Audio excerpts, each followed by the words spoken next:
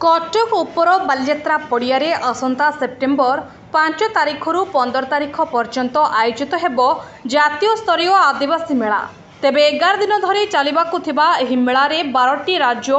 ओडिशार 19टी जिल्लार आदिवासी मानक द्वारा प्रस्तुत कला शिल्प पोशाक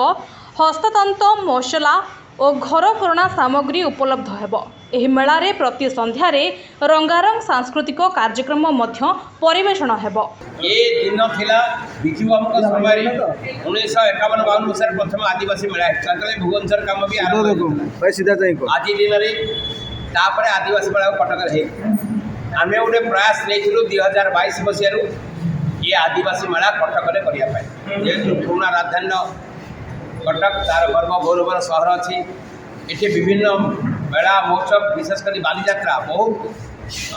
आकर्षण थाए सारा राज्यवासी से भाव में आम 22 मसीह प्रथम आदिवासी मेला परिचय अनुष्ठान सारा भारत वर्ष में विभिन्न कोण अनुकूल आदिवासी मेला कराए सहयोगितार 22 मसीह भल सफलता पाई अंशग्रहण कर 23 मसीह अनुष्ठित 2024 तृतीय आदिवासी मेला सेप्टेम्बर 5 रु आरंभ सेप्टेम्बर 15 तारीख पर्यंत 11 दिन व्यापी बालीजात्रा उपर पड़िया मेला अनुष्ठित होगा चाहिए। यहाँ विशेषत्व आदिवासी मानकर विशेषकर भारत वर्षर 12टी राज्य बाहर राज्य प्रतिनिधि आसी एवं ओडिशार 17टी जिला आदिवासी बहुल जिला जो मैंने SC ST ठू आरंभ कर आदिवासी माँ मैंने जो मैंने SHG ग्रुप जरिया जंगलजात द्रव्य खाद्य पदार्थ और विभिन्न घर सामग्री लुगापटा आरंभ कर ये एग्जिबिशन स्टल शताधिक स्टल चलो एवं 11 दिन व्यापी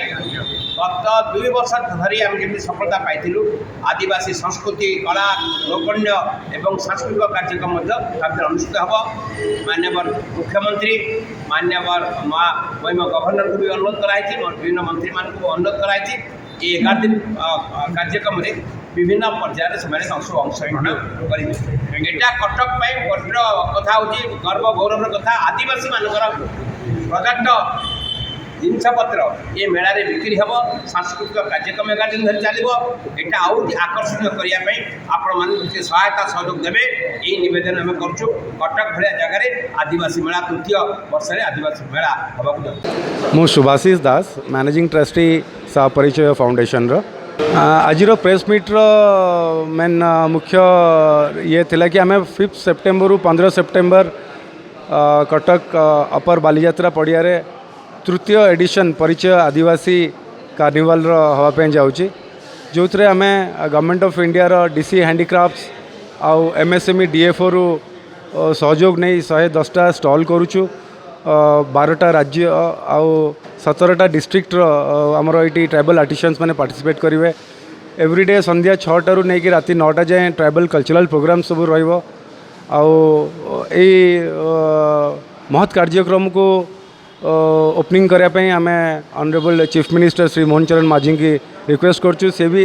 5 तारिख दिन संध्या 5टा यहाँ ओपनिंग करने कंसर्न जनई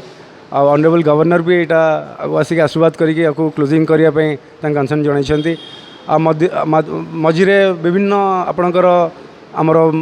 मंत्री माने ऑनरेबल मिनिस्टर्स माने tribal minister culture minister MSME minister समस्ते आसिकी आशीर्वाद करी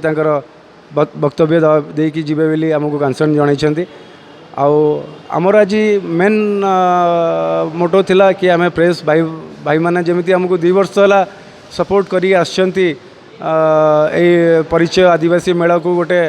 आगधाड़ी कटक गोटे आगधाड़ी रूप में आने आम से ही रिक्वेस्ट पे आज डाकी सब भाई मानक